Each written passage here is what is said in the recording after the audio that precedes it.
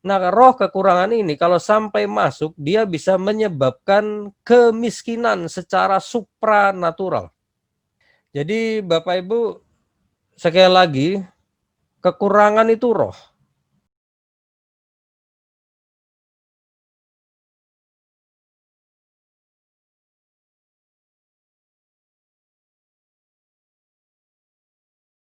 Nah, kita perhatikan di situ ada satu ayat di Amsal 6 ayat 11, maka datanglah kemiskinan kepadamu seperti seorang penyerbu dan kekurangan seperti orang yang bersenjata.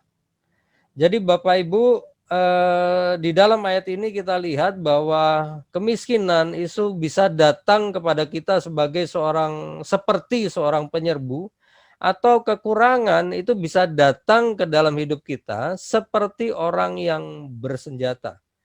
Jadi kalau sampai kita kemasukan kemiskinan yang seperti ini, kita akan dilucuti dan dikalahkan. Bapak Ibu, kita akan lihat lebih dalam soal roh kekurangan. Bapak Ibu, kekurangan yang dimaksud di sini itu adalah keadaan, ya, keadaan di mana kebutuhan hidup tidak terpenuhi. Jadi Bapak Ibu, yang dimaksud kekurangan di sini itu bukan soal mungkin beberapa dari kita atau beberapa saudara-saudara seiman kita pernah mengalami yang namanya kekurangan sesuatu. Ya, misalnya kekurangan uang atau kekurangan kebutuhan lain. Tapi Bapak Ibu, yang dimaksud di Alkitab dengan kekurangan itu bukan hal yang seperti itu. Yang dimaksud kekurangan di sini Bapak Ibu, menurut versi Alkitab, menurut kacamata Alkitab, itu adalah keadaan di mana kebutuhan hidup itu tidak terpenuhi. Jadi kalau misalnya kita mengalami sebuah kebutuhan, kekurangan akan sebuah kebutuhan, tapi kita masih mengalami kebutuhan itu tercukupi, ya, itu artinya kita belum mengalami kekurangan versi Alkitab. Nah, kebenaran lain yang perlu kita ketahui soal kekurangan, kekurangan itu roh, Bapak Ibu. Ada banyak anak Tuhan, orang Kristen tidak memahami bahwa kekurangan dalam dimensi seperti versi Alkitab ini, itu sebenarnya disebabkan oleh satu roh yang namanya roh kekurangan. Bapak Ibu, roh kekurangan ini kalau sampai dia bisa masuk dalam hidup kita, maka kita akan bisa mengalami yang namanya kemiskinan, tapi secara supranatural. Jadi Bapak Ibu, perlu dipahami sekali lagi bahwa kekurangan itu roh. Bapak Ibu, tanpa kita sadari ada banyak hal dalam hidup kita itu terjadi karena penyebab dari alam rohani. Jadi yang namanya alam rohani, kalau ada istilah alam rohani itu bukan berarti sesuatu yang selalu benar. Alam rohani itu adalah alam di mana makhluk-makhluk roh, realita rohani itu berada.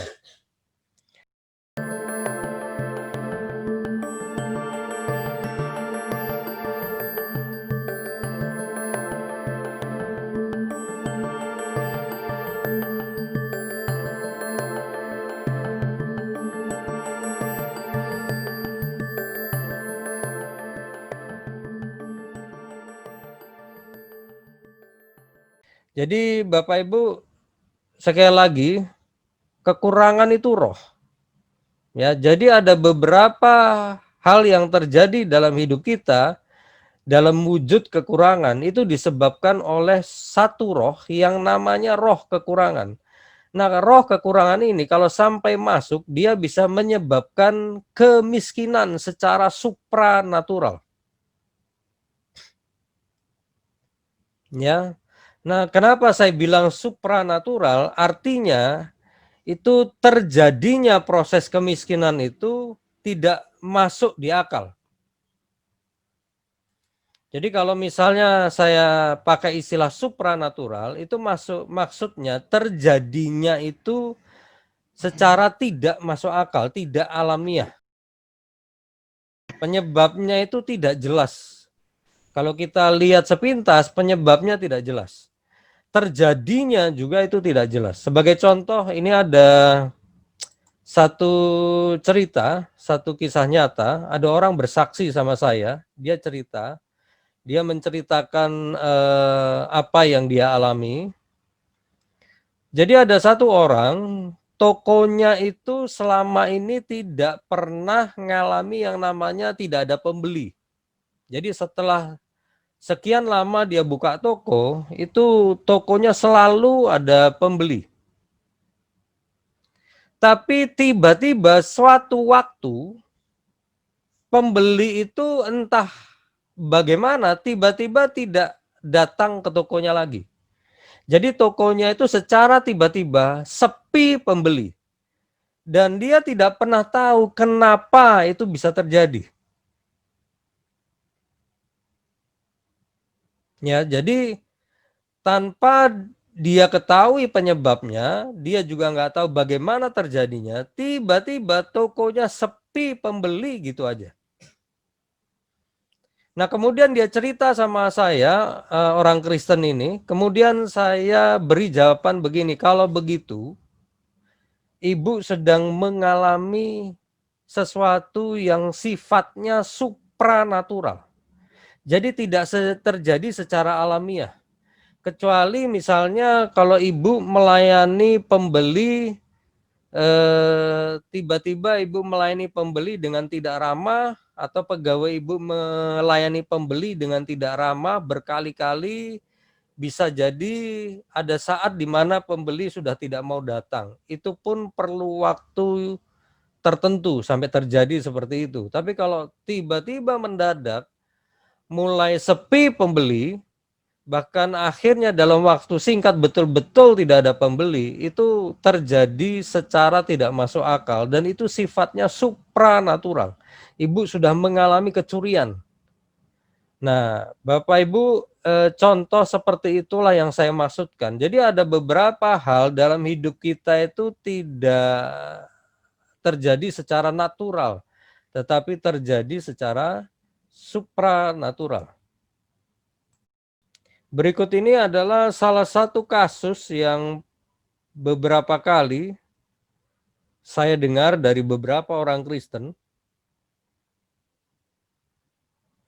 Dan sekali lagi ini mengejutkan yang bersangkutan. Jadi ada beberapa orang yang konsultasi kepada saya tentang kasus dan situasinya. Mereka mengalami kehilangan peluang dan keuntungan yang tiba-tiba. Dan mereka tidak mengerti kenapa itu bisa terjadi. Penyebabnya Bapak Ibu, kalau hal ini tiba-tiba terjadi, bahkan bisa berkali-kali tanpa kita tahu sebabnya, karena tiba-tiba lenyap, tiba-tiba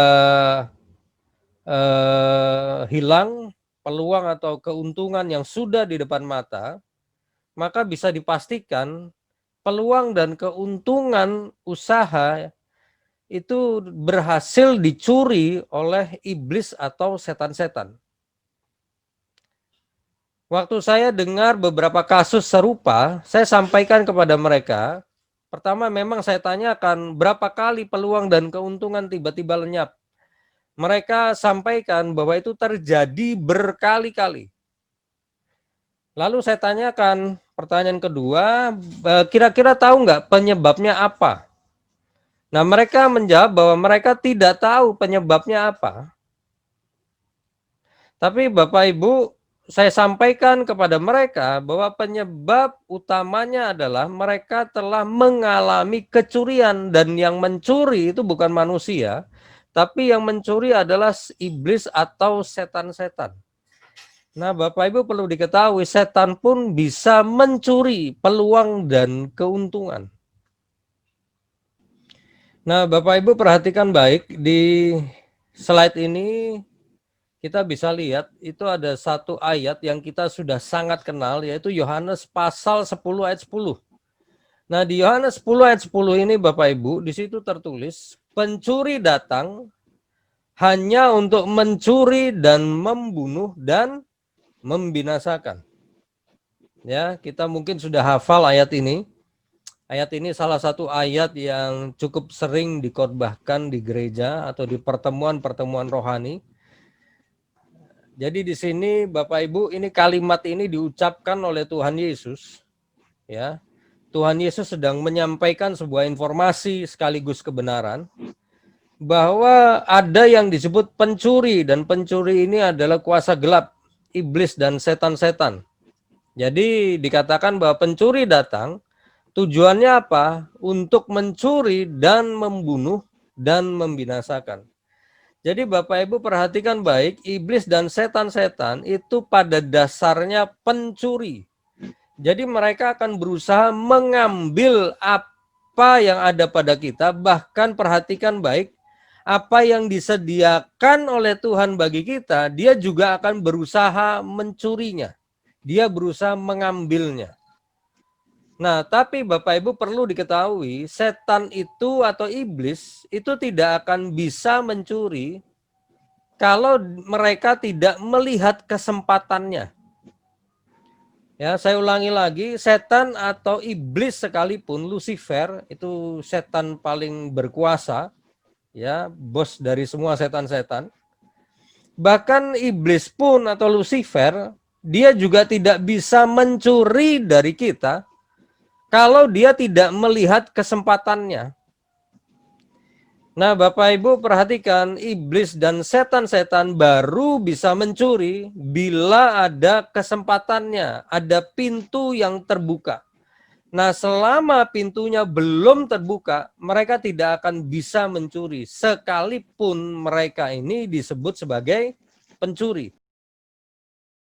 Itu yang perlu kita perhatikan dan kita pegang prinsip ini, ya, kebenaran ini, bahwa iblis dan setan-setan tidak akan pernah bisa mencuri kalau mereka tidak melihat kesempatannya, kalau mereka tidak melihat ada kesempatan atau pintu yang terbuka. Dan kalau mereka sudah melihat ada pintu yang terbuka, baru mereka akan masuk dan mereka akan berusaha mencuri dari kita.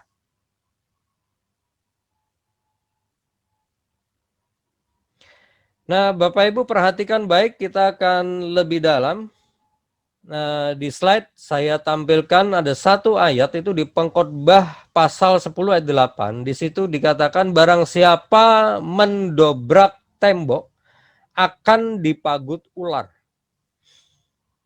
Jadi Bapak Ibu di Pengkhotbah pasal 10 ayat 8, Bapak Ibu akan temui kalimat ini, ya. Salomo menuliskan, memberikan sebuah informasi, yaitu barang siapa mendobrak tembok akan dipagut ular. Mungkin tanpa saya jelaskan Bapak Ibu pasti sudah mengetahui yang dimaksud si ular ini siapa. Ular seringkali dipakai oleh Alkitab atau Tuhan untuk menggambarkan keberadaan si iblis. Walaupun di pelajaran pemahaman Alkitab kita yang lalu saya sudah sampaikan bahwa ular itu bukan iblis dan iblis bukan ular. Tetapi Tuhan memakai ular itu sebagai gambaran dari si iblis. Nah, Bapak Ibu perhatikan, kalau tembok itu didobrak, ya, maka yang mendobrak itu akan dipagut ular. Nah, Bapak Ibu, itu kata temboknya dalam bahasa aslinya gauder. Gauder ini artinya pagar atau tembok. Nah, yang dimaksud tembok ini itu adalah tembok perlindungan. Tembok perlindungan apa? Tembok perlindungan sebuah kota. Jadi pada masa perjanjian lama itu setiap kota Bapak Ibu itu mempunyai tembok perlindungan. Ya, semua kota di perjanjian lama itu memiliki tembok perlindungan. Dan kalau musuh mau masuk ke dalam tembok perlindungan itu, mereka harus jebol pintu temboknya. Jadi yang dimaksud di sini adalah tembok perlindungan yang melindungi sebuah kota dan penduduk yang di dalamnya. Ya, kalau dalam perang masa perjanjian lama, ya, atau pada tahun-tahun tertentu di dunia di dalam sejarah, itu selalu mereka akan berusaha meruntuhkan pintunya, pintu gerbang tembok kota, ya. Dan itu tidak mudah Bapak Ibu, sulit sekali. Jadi tadi saya sudah jelaskan bahwa tembok di sini yang dimaksud adalah tembok yang melindungi sebuah kota. Nah, Bapak Ibu, kita lihat lebih dalam tentang ayat ini. Barang siapa mendobrak tembok akan dipargut ular. Nah, yang mendobrak tembok itu bukan si ular, Bapak Ibu. Jadi ular sendiri tidak punya kemampuan mendobrak tembok atau menjebol pintu pertahanan tembok. Ya.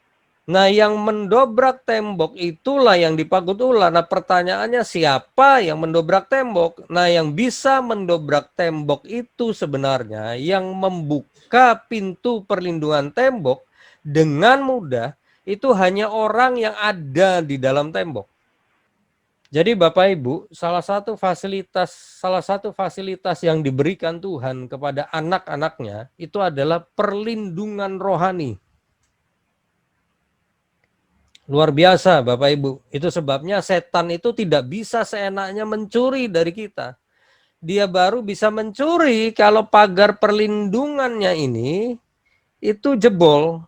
Selama pagar perlindungannya masih utuh, tidak lobang, tidak jebol, pintunya tidak terbuka, maka ular nggak bisa masuk, iblis nggak bisa masuk.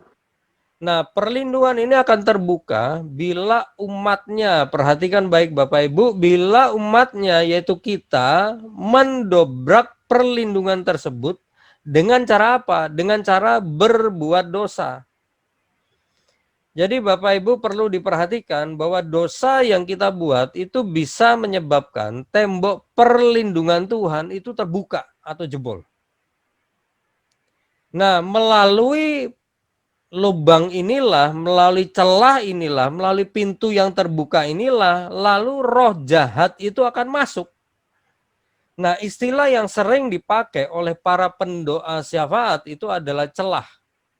Celah ini sebenarnya lubang yang terbentuk pada tembok perlindungan dari Tuhan. Dan itu sifatnya rohani. Jadi perlindungan rohani itu bisa berlobang Bapak Ibu. Kenapa bisa berlobang? Karena ada dosa. Nah, kemudian Bapak Ibu perlu diketahui dari lubang inilah, dari celah inilah roh jahat bisa masuk. Nah, Bapak Ibu perhatikan baik, iblis itu atau setan-setan itu akan berusaha menantikan sampai ada celah terbuka. Dia cukup sabar Bapak Ibu untuk menantikan ada celah yang terbuka. Dan ketika celah terbuka, maka setan-setan itu akan masuk melalui celah ini.